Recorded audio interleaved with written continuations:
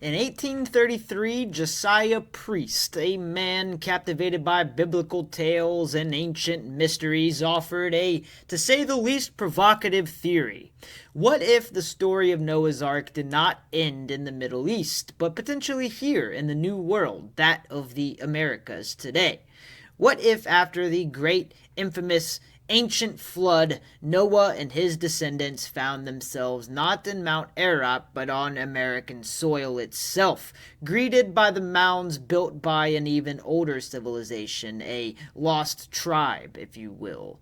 Josiah Priest's ideas were very bold, very speculative, and undeniably controversial. They were woven from the threads of his era's fascination with biblical literalism and the quest to uncover a pre-Columbian mystery. But what do these theories tell us about the past and about who built these mounds potentially, and also about humanity's need to connect ancient myths to the unexplained? Today on this video, I'm going to embark on a journey into the heart of this mystery, exploring the intersection of history, myth, and the enduring search for the everlasting truth. Could Josiah Priest have glimpsed something deeper than we realized, or was his vision clouded by the biases of his time and his culture? Let's dig into it, ladies and gentlemen. The early 19th century was a time of profound curiosity, a world teetering between tradition and discovery.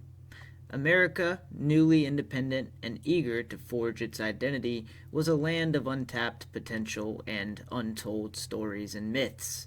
And in this fertile ground of imagination, ancient mysteries of course captivated the public's mind, and among them the enigmatic mounds scattered across the Midwest and beyond were a focal point of this curiosity. To many settlers, these earthworks seemed far too grand, far too intricate to be the work of indigenous tribes that they had encountered. Instead, the mounds became symbols of a lost civilization, fueling speculation and fantastical theories. It was also really the beginnings of archaeology as well. They were really the premise of modern archaeology. The first excavations that were really ever done for modern archaeology were really done on the mounds. So who were these so-called mound builders, and why had their story been seemingly erased from history? Now we enter Josiah Priest, a writer and thinker of his time who embraced this mystery with boundless enthusiasm, and Josiah's book in 1833 called American Antiquities sought to unravel the origins of these mounds by connecting them to the ultimately historical narrative of the day, which was the Bible, of course. And for Josiah Priest and many of his contemporaries, the Bible was not just a spiritual guide, but indeed really a historical roadmap for them. And its stories, including the account of Noah's Ark, were seen as factual records of the human journey instead of really potentially being analogies. So they took it very literally, and Josiah Priest posed a tantalizing question with this literal thinking. Could the Noah's Ark have landed not in the old world, but instead in the new world? And could these earthworks and these mounds, so alien to our understanding at the time, have been the work of civilizations descended from a lost tribe, or Noah's sons?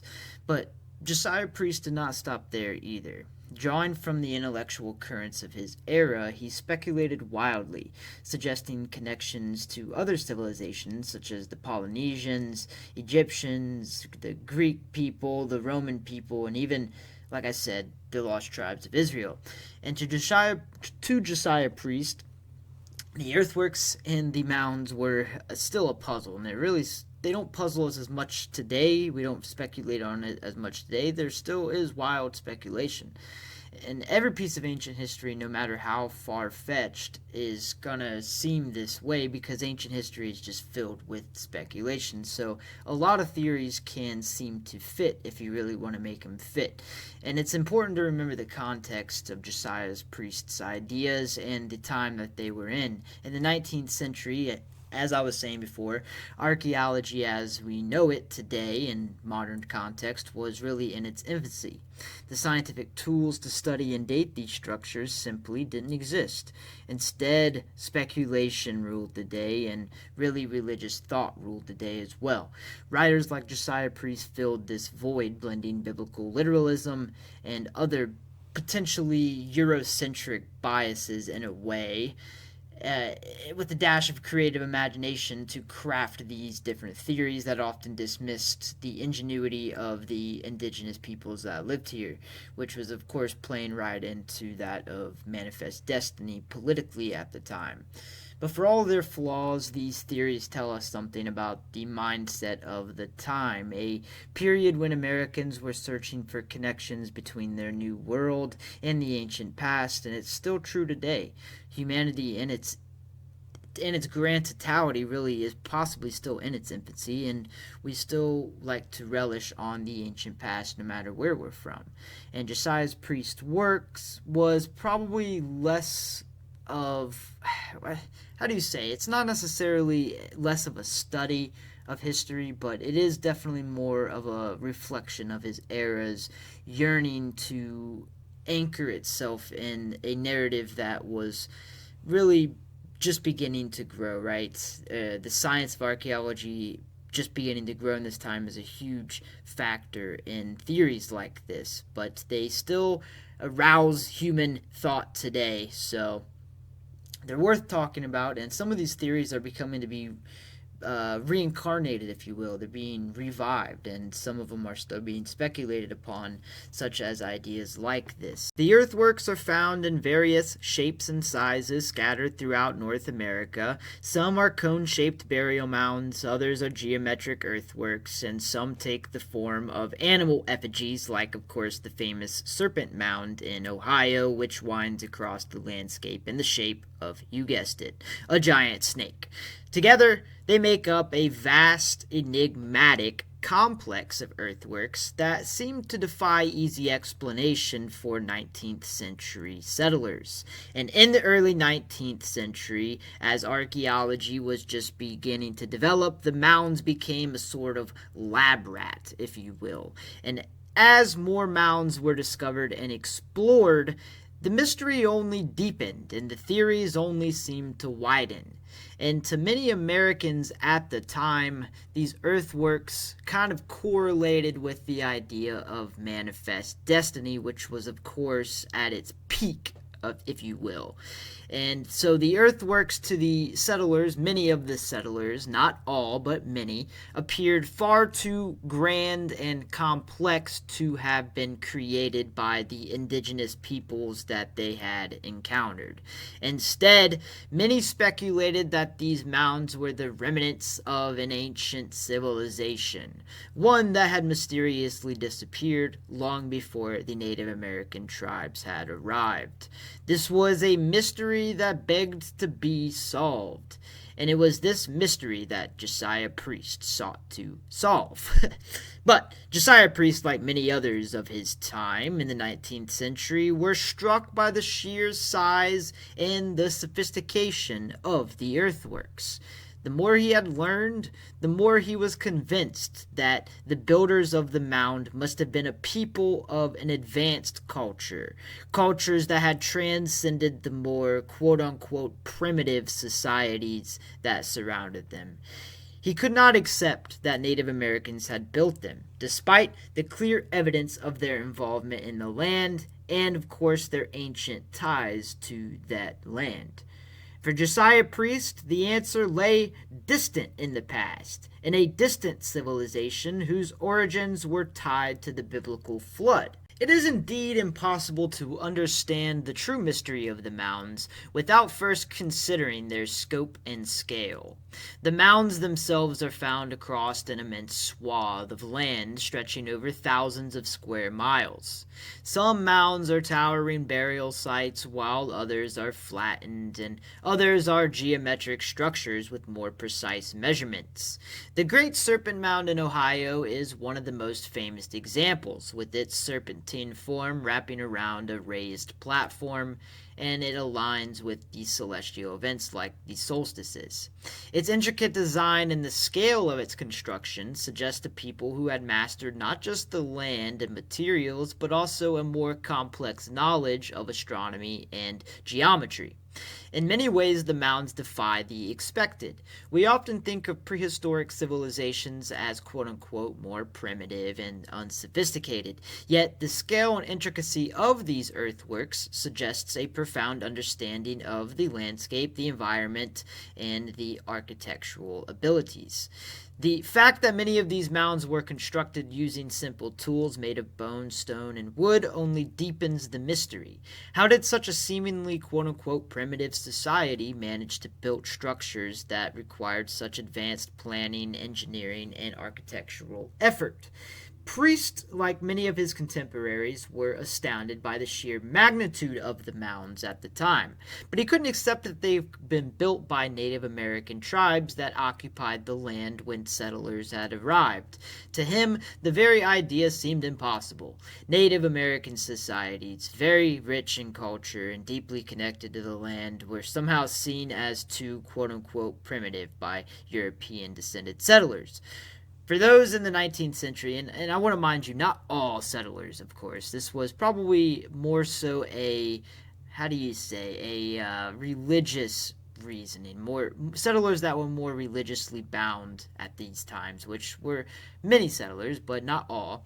And for those in the 19th century who viewed the Native American tribes through a more quote-unquote Eurocentric or religious lens, the earthworks were simply too sophisticated to have been created by them. In Priest's mind, however, he sought answers beyond the obvious. He was not alone in his skepticism. Others had also begun speculating about the origins of the mounds at the time. But Josiah Priest, driven by his deep biblical convictions, turned to a theory that seemed to satisfy the most profound questions of his time. Could these earthworks or could these mounds be the work of a lost advanced civilization, one that existed before the indigenous peoples had arrived here? Josiah Priest's search for a logical explanation led him to the biblical story of Noah's Ark.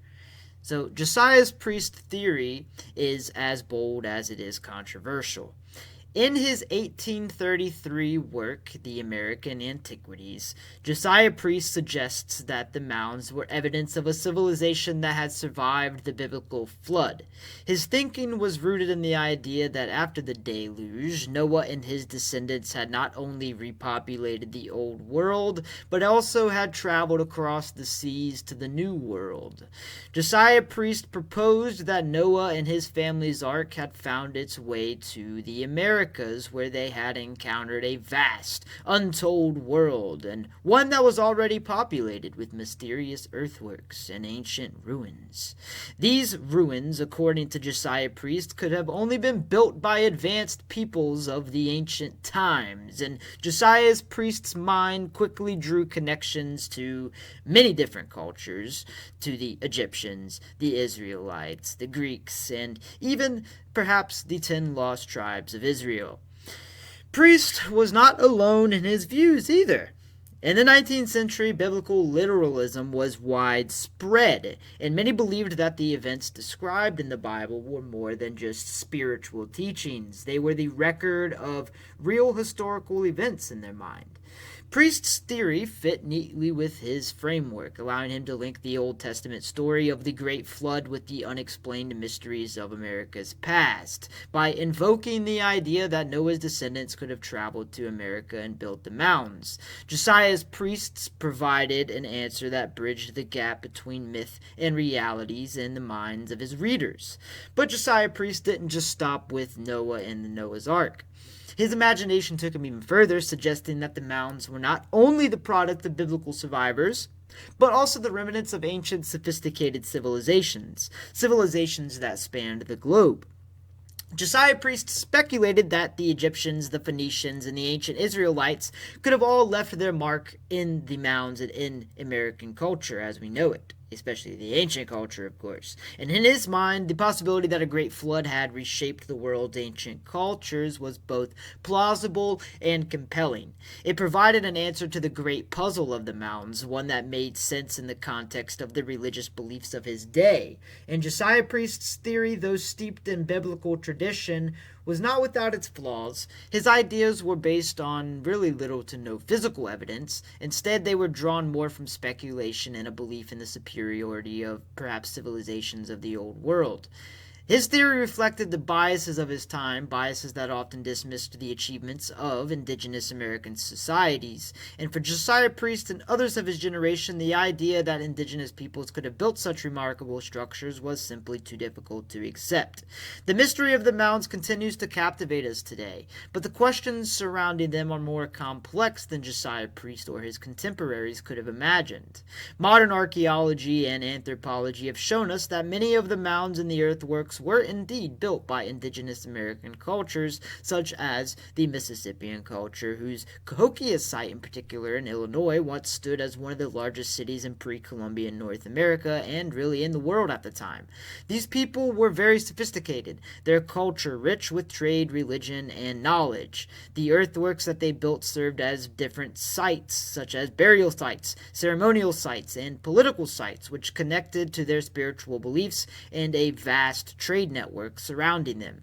Yet the fascination with the earthworks and their builders persists even to this day as we uncover more about the people who did create them. We continue to wrestle with the same questions that Josiah Priest did. Why did they build these structures? What did the mounds really mean to the people who created them? Who perhaps inspired the creation of them? And what, if anything, connects these ancient builders to the grand civilizations of the old world?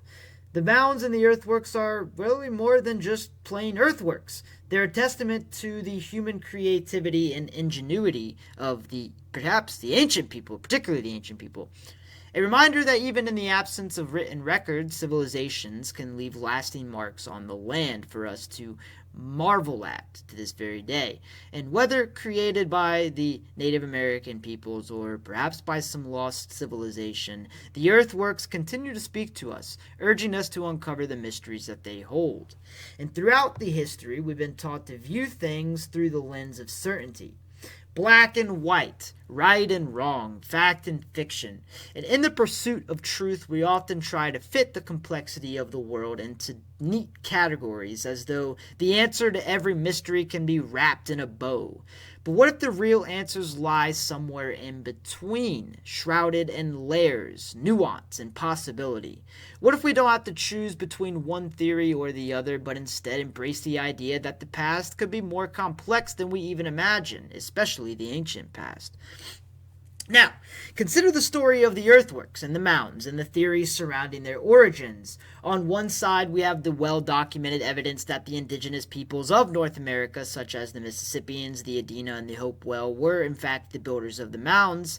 These ancient cultures left behind intricate earthworks, monumental structures, and artifacts that tell a rich story of a vibrant and sophisticated civilization. And archaeology has revealed the ways in which these peoples built, lived, and communicated their accomplishments, which stand as testaments to their ingenuity and connection to the land. And on the other side, of course, we have the theories of people like Josiah Priest and others who speculated that the mounds were remnants of a lost civilization, one that might be connected to biblical accounts like Noah's Ark, or perhaps even to ancient Israelites or other ancient cultures like the Phoenicians, the Greeks, or the Egyptians, who had traveled across the seas long before the Europeans even arrived. Josiah Priest's and his contemporaries' ideas were controversial and speculative, but they reflect a deep curiosity and a desire to understand the ancient past that transcended the limits of our own time. But what if both of these views are not mutually exclusive? What if the earthworks are indeed the work of Native American cultures that history has largely forgotten, but there is also a possibility, however remote, that a small group of immigrants, if you will, perhaps Israelites, perhaps Egyptians, perhaps Phoenicians, but for this case we'll just call them other ancient peoples, ancient immigrants, if you will, that may have made their way to the Americas, not necessarily as a dominant force, but as a small, isolated group that lived alongside the indigenous populations, perhaps passing on knowledge or contributing to the cultural tapestry of the time. Now let's approach this with an open mind, free from dogma and free from other perceived thoughts. In a world where the oceans were vast and largely unexplored, how can we rule out the idea that ancient peoples, whether Phoenicians, Israelites, Egyptians, or others, may have traveled further than we give them credit for? We know that ancient sea-time people were skilled in navigation and trade. They had already traded across vast distances. People like the Phoenicians are widely acknowledged to have sailed across the Mediterranean and even to the British Isles, centuries before recorded history would have us believe. And the Israelites, with their seafaring traditions, could have also similarly sought new lands driven by migration, trade, or perhaps even escape from different conflicts. What's more, there is evidence of transoceanic contact in various parts of the world, though much of it remains circumstantial, from ancient legends of the sky people found in Native American oral traditions to the myths and stories of early European settlers who claim to have encountered ancient ruins or artifacts of foreign origins. There are hints of distant shores, of travels and encounters that defy the linear modern understanding of our current historical timeline. The Americas were not isolated from the rest of the world as we really once thought. People were moving across the continents, exchanging goods, exchanging ideas and cultures long before the arrival of Columbus. It's not beyond the realm of possibility that a group of ancient people from the old world could have made their way across the ocean, settling in the Americas for a time as a small minority. But perhaps the most important consideration is this: the idea of a small group of Israelites or other ancient immigrants or ancient peoples living in the Americas does not necessarily conflict with the idea that the mounds were built by the indigenous peoples of the land. In fact, these two theories could be intertwined in a way that enriches our understanding of the ancient past rather than diminishing it completely with black and white thinking. Let's think about the nature of small isolated groups and the role that they play in shaping cultures. History is filled with examples of marginalized or minority groups whose influence far exceeded their numbers. Often these groups were not the ones who held power, but they contributed knowledge, practices, and other traditions that influenced those around them in subtle yet profound ways. Consider how the knowledge of certain agricultural techniques, religious practices, or technological advancements were passed down through minority communities to the larger society abroad. In the case of the earthworks, what if a group of people, whether they were descendants of Israelites or other cultures from the old world, came to the Americas and over time blended into the indigenous populations? And over generations, they might have contributed to the cultural development of the region, passing on knowledge that could have influenced the building of the earthworks or the development of other intricate means of societies that really thrived in the region. Perhaps the arrival of such a group wasn't a major world-shifting event for the time. Perhaps they didn't change the course of history as we truly know it, but rather played a more smaller role in a much larger cultural exchange. This kind of influence can often be invisible, spread across generations, and not really that easily documented. What we know of ancient peoples is often very fragmented, shards of an ancient story that, when pieced together, reveal a complex tapestry of influences, migrations, and other cultural exchanges. So let's talk about the power of the oral tradition and storytelling. Because at the heart of Native American cultures is a rich tradition of oral history. These stories passed down through generations hold the wisdom of the past, tales of ancestors, migrations, and encounters with foreign peoples. Many tribes have oral traditions that speak of their origins and that travels of their ancestors. In some cases, these stories include references to distant lands, lost peoples, or encounters with other cultures. Could it be that these stories, too, contain fragments of a truth that we have yet to fully understand? Perhaps the notion of a people coming across the seas is not simply a myth, but a distant memory of a time when the boundaries between the old world and the new were not as rigid as we imagine. These stories of people who sailed across the ocean, of groups that vanished or integrated into other cultures, could hold a key to unlocking the deeper mystery of our broader ancient history, which really correlates into modern human history, right? So, What if instead of dismissing one theory in favor of another, we allowed room for both to coexist? That's all I'm saying here, folks. And without that being said, or without really much more being said, if you enjoyed this video, make sure to hit that subscribe button, hit the like button, comment below what you think, and if you have any suggestions for videos that I should make, by all means, comment them below. And also, make sure to check out my X page, my other social media, my Facebook page, the whole 9 yards. All of it's linked in the description below. I also have a membership page on both Patreon, of which you can try for 7 days for free. I haven't posted much over there yet, but I'm going to start posting some things over there. And then we also have the YouTube memberships page, of which you can join for 99 cents. And I also have some other membership plans on there. And I also have... this is the last one here, guys, I promise. My Shopify store, of which you can buy sweatshirts and other cool things that I've been creating over time. I'm going to be adding on to that. Coffee mugs, paintings, that sort of thing. So if that interests you, by all means, it all helps support the channel and more videos. Until then, though, next time, I'll talk to you guys. Well, next time. I love you.